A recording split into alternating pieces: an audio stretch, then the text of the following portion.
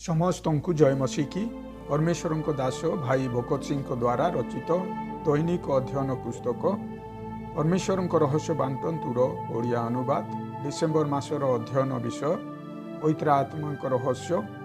आज डिसेम्बर मास 17 तारिख।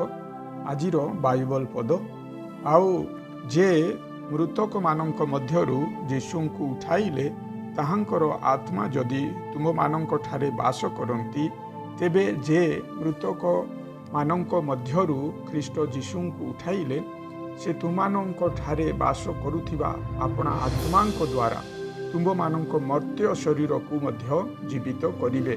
रोमियो 8 अध्याय 11 पद। आमर आत्मा को जीवित करिबा काम पवित्र आत्मांक द्वितीय काम अटे, जहा बाहिक रूप से देखा जाए। जीवित करिबा आत्मा दिने आम शरीर को अमर करदेव। आमको अमर गौरवमय स्वर्गीय आत्मिक शरीर दियाजिव। पुणी आमे सेही शरीर रे तांको देखिबा और जीवित करिबा आत्मांक शक्ति रे तांको सदृश होइजिबा। वर्तमान मध्य एही पृथ्वी रे आमे एही जीवनदाता आत्मांक कर्मर पूर्व स्वाद पाई परिबा। जेतेबेले आमे निजकु शरीर रूपरे दुर्बल अनुभव करू सेतेबेले से आमको ईश्वर सेवा करिबा पाई अतिरिक्त बल देई थांती। आत्मांक तृतीय काम पढ़ाई नेबा अटे। जेणु जेते लोक ईश्वर आत्मा द्वारा चालित हुअंती से माने ईश्वर संतान।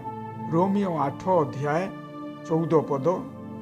आम जीवन रे होउतिबा पवित्र आत्मांक कामर एहा होउछि तृतीय अभिव्यक्ति। आमे एते मूर्ख अटु जे आमे निज जीवन निमंते ईश्वर इच्छा कौन जानी पारि न थाउ। एणु निर्बोध न होई प्रभुंकर कौन इच्छा ताहा बुझ।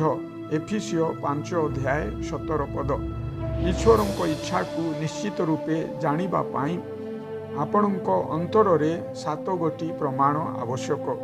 मु संक्षेप रे आपणको ईश्वर निश्चित इच्छा जानिबार 7 गोटी प्रमाण जणाउछि। प्रथमटी प्रथम सामुएल 16 अध्याय 12 पदरे अछि। याहाकु आमे पवित्र आत्मा को साक्ष्य कहि पारिबा। द्वितीय प्रमाण गीत संगीता 119 अध्याय 5 पदरे अछि। यह ईश्वर वाक्यर साक्ष्य अटे।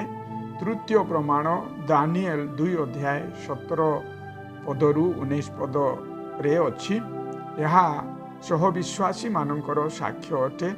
चतुर्थ प्रमाण जिसाय 32 अध्याय 17 पदरे अछि। यह अंतर रे वृद्धि पाउथिबा शांतिर प्रमाण अटे। पंचम प्रमाण एक दृढ़ सक्रिय और वृद्धि पाउथिबा विश्वासर प्रमाण अटे। षष्ठ प्रमाण एक निश्चित चिन्हर प्रमाण अटे। सप्तम प्रमाण एब्री 12 अध्याय 21 पदरे अछि। प्रभुंक नामर गौरव करिवार प्रमाण अटे। एही 7 गोटी प्रमाण द्वारा आपण ईश्वर इच्छा जानी पारिबे। आपण मानंकु प्रभु आशीर्वाद करंतु।